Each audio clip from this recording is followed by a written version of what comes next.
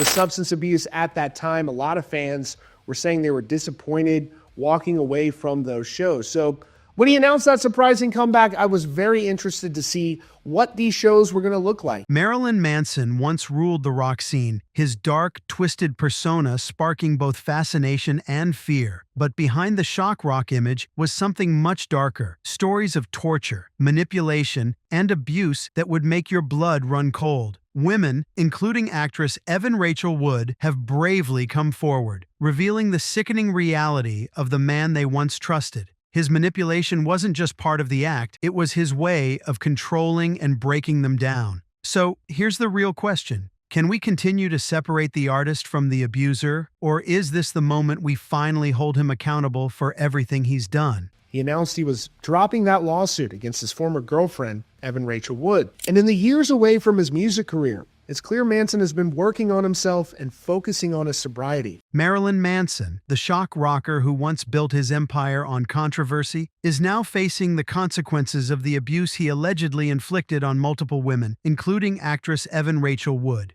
What was once a dark, mysterious persona in the public eye has unraveled into something much darker and far more disturbing. Over the past few years, numerous women have come forward with serious accusations against Manson, each recounting stories of emotional manipulation, physical abuse, and sexual violence that left scars, both seen and unseen, that will last a lifetime. And actress Evan Rachel Wood, you'll recall back in early 2021, Wood accused Manson of abusing her for years, with multiple accusers later coming forward after that. One of the most chilling aspects of Manson's behavior was how he concealed his cruelty behind the guise of intimacy and romance. The victims, some of whom were in relationships with him, were subjected to what could only be described as acts of torture. They were tied up, beaten, and forced to endure unspeakable acts that blurred the lines between consensual and violent. These weren't just moments of aggression. They were calculated and designed to control and humiliate. Under the pretension of intimacy, Manson allegedly used physical violence as a way to prove love, creating a distorted version of affection that left victims feeling powerless and terrified. Others are now choosing to misrepresent the past. That is the truth. Manson is now involved in multiple lawsuits, but he's elected to continue his music career. The accusations don't stop at emotional manipulation. Some women have shared heartbreaking details of how they were sexually assaulted in ways that left them feeling violated beyond words. In one instance, victims claim that Manson raped them while they were unconscious, leaving them to wake up in fear, wondering what had happened to their own bodies. In another case, he reportedly took pleasure in non-consensual acts that involved inflicting pain and mutilation, with no regard for their well-being. This wasn't just physical violence, it was an intentional violation of their trust, their bodies, and their autonomy. The cruelty wasn't just in the acts themselves, but in the way Manson seemingly derived enjoyment from watching his victims suffer. After allegations made by actress Evan Rachel Wood, in a statement at the time, Wood said Manson horrifically abused her for years. Multiple other women made similar allegations against Manson. Psychological manipulation, or gaslighting, was another weapon in Manson's abusive arsenal. Gaslighting, for those who aren't familiar, is a form of psychological manipulation in which the abuser makes the victim question their own reality. In Manson's case, this took the form of brainwashing, where the women were made to doubt their own perceptions and experiences. They were often threatened, not just with violence against themselves, but with harm coming to their families and loved ones. The fear of what he might do kept them trapped in a cycle of abuse that was difficult to escape, as the terror extended beyond their own bodies and into the people they loved most. And I was very impressed by the shows. He looks to be in really good shape and clearly has gotten sober. And I just love to highlight that here on this channel. And so here's what went down with Manson opening up about that sobriety. Marilyn Manson's tactics for maintaining control over his victims weren't just cruel, they were calculated and manipulative. For some of the women who have come forward, the abuse wasn't just physical, it was mental and emotional, designed to break down their sense of self-worth and independence. One of the most disturbing methods he used was starvation. He would withhold food, knowing that hunger could weaken someone physically and mentally, leaving them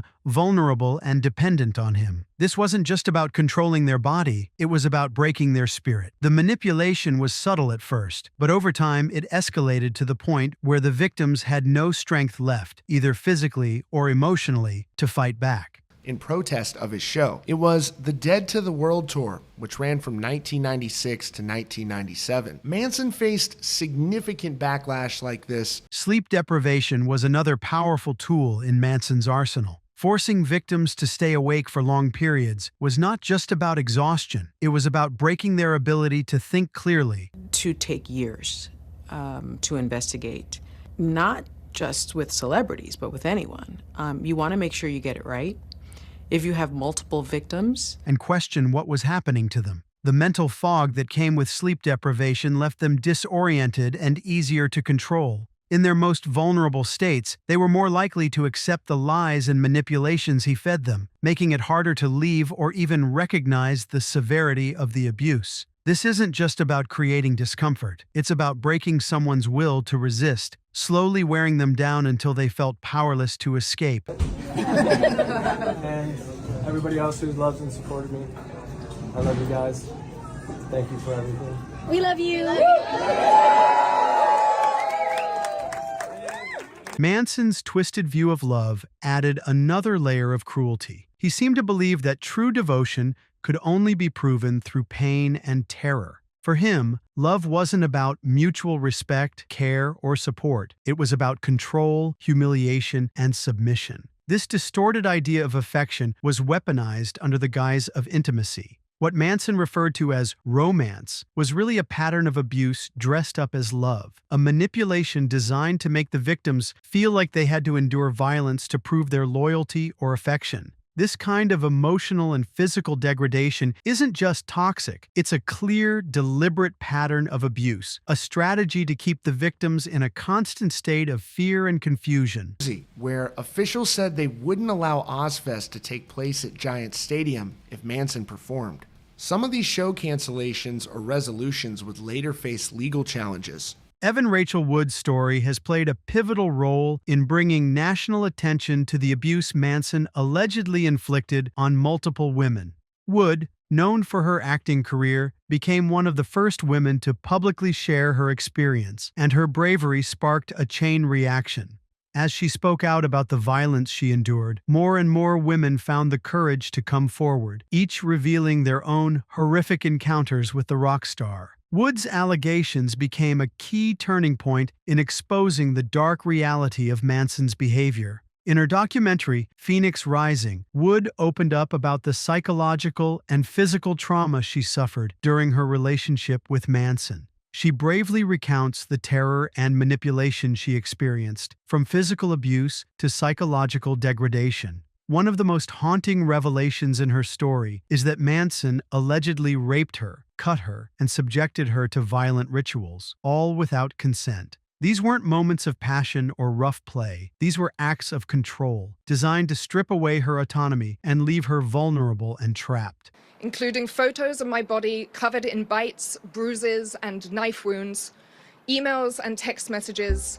The allegations against Manson, whose real name is Brian Warner, go back many years. Wood's courage in sharing her story didn't just expose the pain she went through, it also shed light on the long-term effects of trauma. The scars, both mental and physical, that she carries are a testament to the destruction Manson's abuse caused. But Phoenix Rising is more than just a documentary about Manson's cruelty. It's also a powerful message of survival. Wood uses her platform to highlight the ongoing trauma faced by survivors of abuse, illustrating how deeply such experiences can shape a person's life. Actually going to go through, I imagine there are also contracts in place for his performance at the venue, and probably based on these past situations as well that have faced legal challenges. When the allegations against Marilyn Manson first began to surface, his reaction was as predictable as it was damaging. Instead of acknowledging the stories and pain of his victims, Manson's immediate response was to deny everything. He vehemently rejected the accusations, calling them lies and labeling his victims as attention-seeking or vindictive.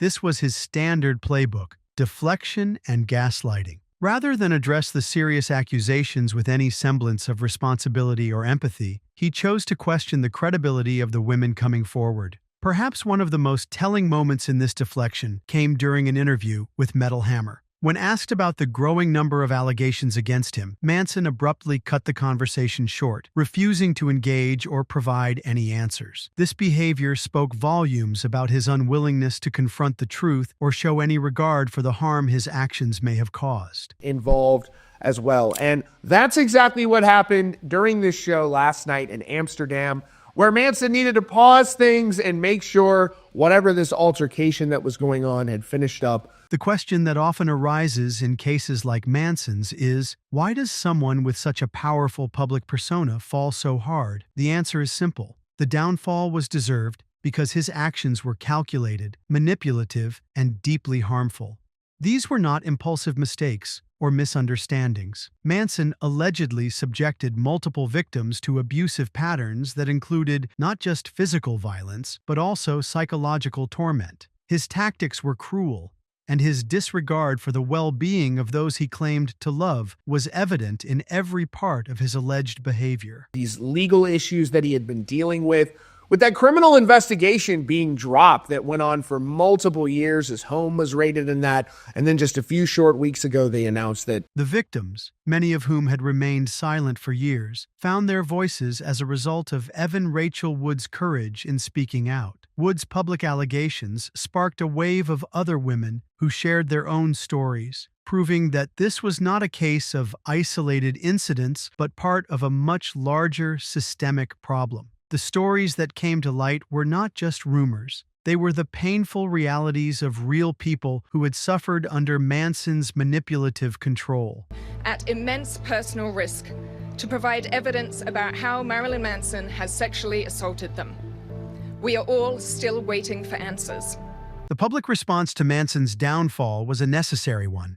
People began speaking out, organizing to expose the truth and prevent further harm. This wasn't just a reaction to a celebrity scandal. It was a collective stand against abusive behavior, no matter how famous or powerful the perpetrator might be. The power of the number sign Me Too movement and other similar movements was instrumental in creating a space where survivors could finally be heard and believed. The true cost of celebrity should never be measured by fame or fortune, and Manson's downfall is a reminder that excusing abusive behavior because of a person's status or success is never acceptable. The industry and the public at large needed to send a clear message. Abuse should never be overlooked, no matter who is responsible. Marilyn Manson's fall from grace is a result of his actions, and it serves as a reminder that no one is above accountability, not even the biggest stars. So, what are your thoughts on this? Let us know in the comments below.